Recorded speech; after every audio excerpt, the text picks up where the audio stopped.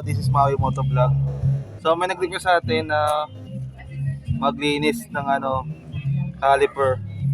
How to clean your caliper. So papakita ko kung paano ako maglinis ng caliper. Ano lang to?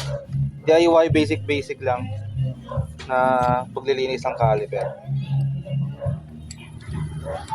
Bali harap at likod to. So ayun, so iba yung type ng caliper na to, pang raider kasi to eh. Pero yung ganitong style, yung may tornilyo dito, old school to eh.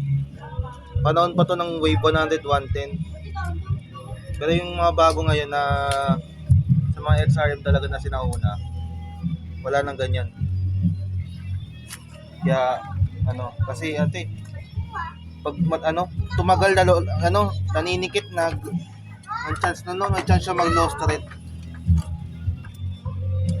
Kaya pangit yung ganitong caliper. Bali galing rider kasi ito eh.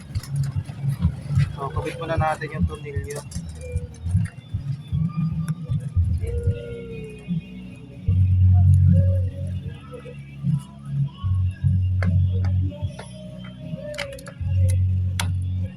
Ayan o. Tumagal yan, nalo-lost thread yan. Pag nanikit na, mahirap. Ayan. Kaya pangit yung ganitong type ng caliper. Pero in time mapapalitan din yan. Ayan o. So naluwagan ko na siya. O yan, masikip siya, diba? Masikip siya. Ayan mo lang. Pilitin mo lang.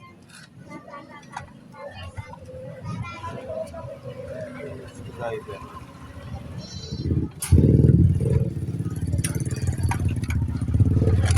Natras ko muna yung caliper, yung piston. Yan. Tapos pag magre-reverse ka, dito lang. Hindi dito kasi ito yung pad eh. Ito yung nagko-contact sa disc eh. Kaya pag ako dito, nakatas ko sila dyan. Kasi di ba madumi siya? Hindi naman niya madumi na talagang nakakasira na. Bali kung mag-atas kayo, dahan-dahan lang.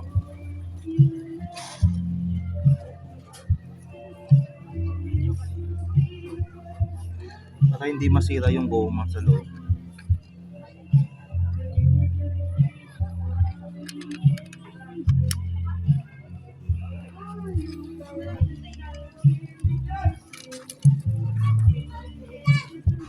Ayan, okay na yan. Ayan madumi siya, madumi. Tapos, ito pa. Tanggalin muna natin yung brake pad.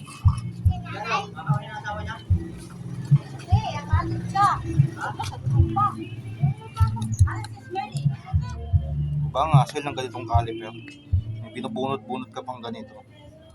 Kaya sa mga bago ngayon na nandito lang siya nakakapit to.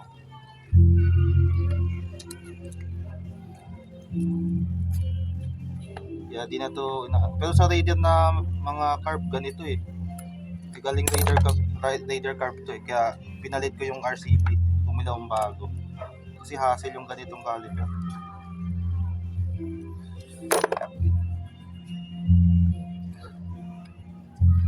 Hindi pa mabunot.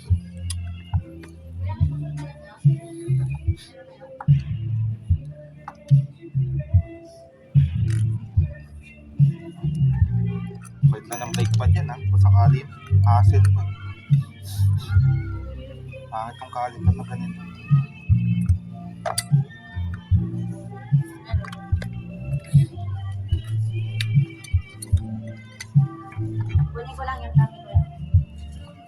So medyo makapal pa siya.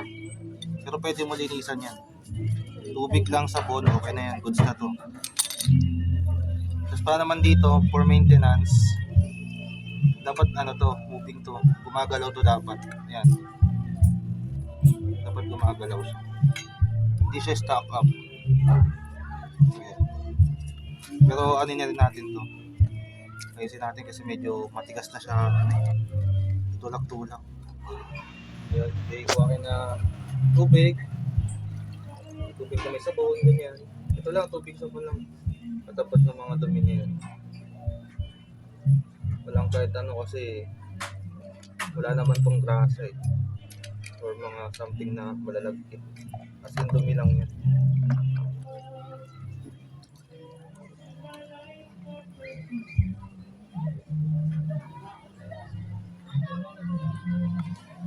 Dapat ko na lang yung pag kakit pa. Hindi yung mga ganito. Tubig lang may sabon. Kasi itong ano yung tubig wala sabon. Kinuha ko lang to sa laundry.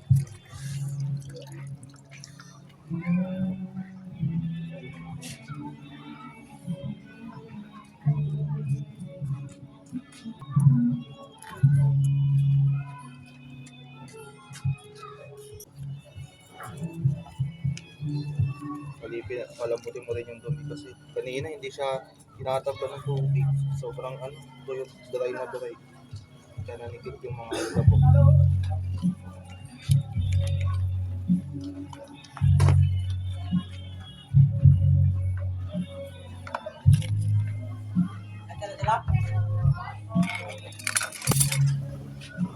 Yung mga sa tumigas na ganito, style lang pagtanggal, bukuhan nyo lang.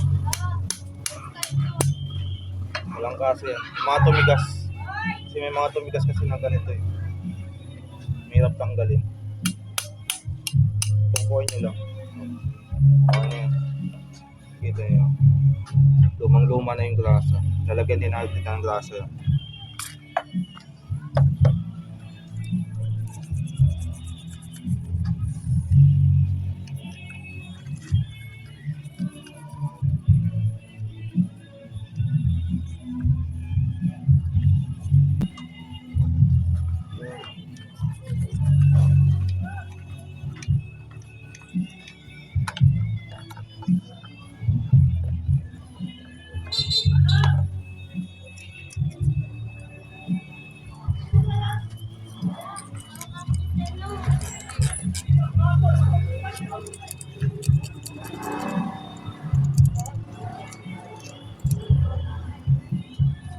Ito, dumi yan. O, diba? Kita nyo? Mga namuong dumi.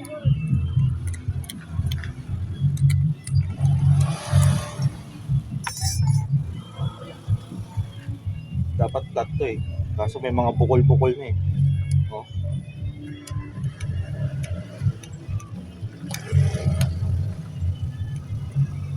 Hindi na siya flat eh. Ano na siya eh. May mga squatters na eh. Ayan o. Dapat flat yan. Tapos ito dapat malinis to, ito. Ito wala problema yan. Kahit madumi malinis yan. Ito lang kasi ito yung mga pinagdidikitan ng ano, stainless na retainer ng brake pad. Ito.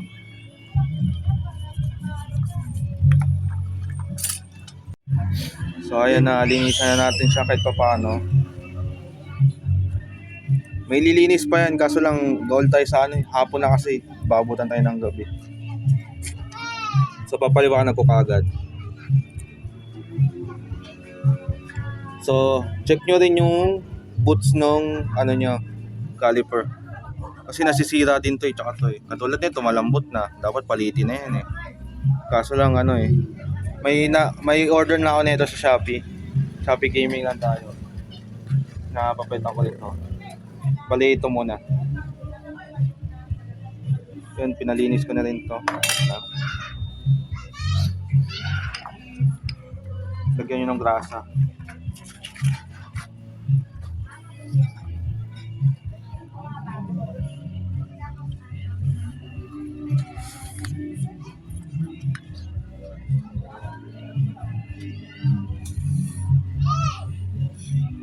Hirap lagyan kasi ano na eh, oh, lobo na siya. Kailangan talagang palitan ng boots. Tapos meron din boots na butas din dito, yan pinapalitan din yan.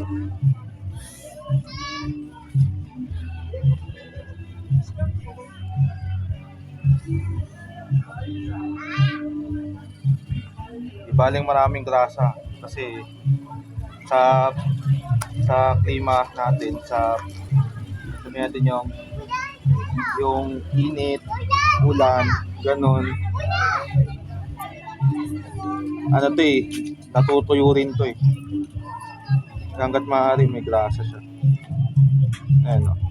Yan, dapat gumaganyan siya. Pag maganda-ganda pa yung boots nito, pag pinundit ko, pag dininan ko ng ganyan yan, kusa siya nga atras.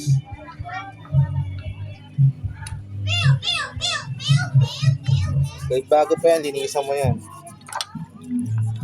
Okay lang yan. Tubig sabon lang mga idol.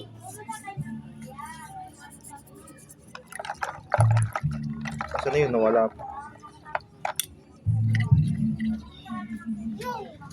Okay na yan.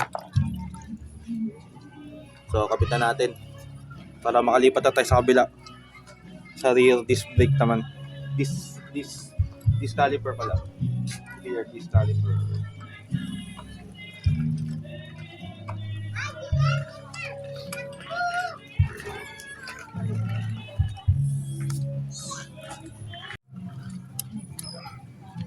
Ayun.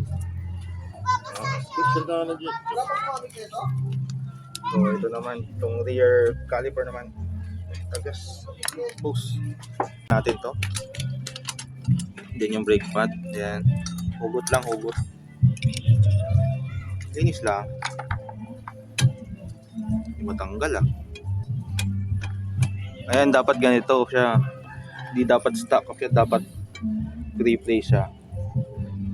Always yung tatandaan yan, dapat replay. Ang caliper, di stock up. Okay?